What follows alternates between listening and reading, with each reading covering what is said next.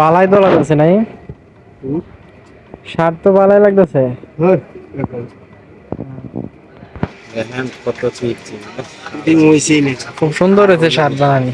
এটা তোমার গেঞ্জির উপরে, এটা গেঞ্জি ছাড়া কিনলে আর লুজ দেয়। হ্যাঁ আর দেখেন তো এর সাইডে ফিটিংদার কি শার্ট ফিটিং করে এটা কাঁপতে দোস্ত সব দিক দিয়ে না ভালো হয়েছে, দেখি ঘুরোছে দেখি, ওই ওই দিকে ঘুরোছে দেখি।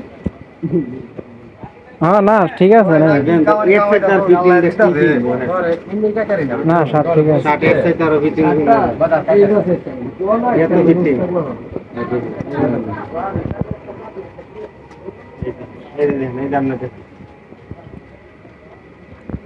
তোমার 1 ইঞ্চি আছে। এখন কি আমরা একবার লাগিয়ে থাকবো এরকম লাগিয়ে থাকতে চাইতেছে কেমন কইতেছো তুমি? এই যে এরকম।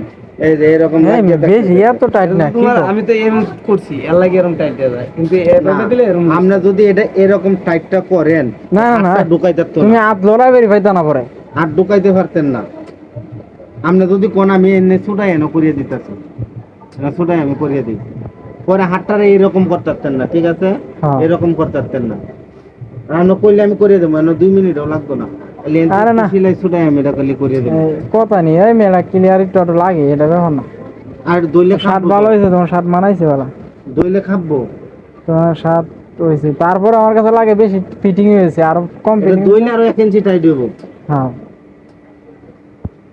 সুন্দর দিছে। কোনটা না কি তোমার কি টাইট লাগে নাকি?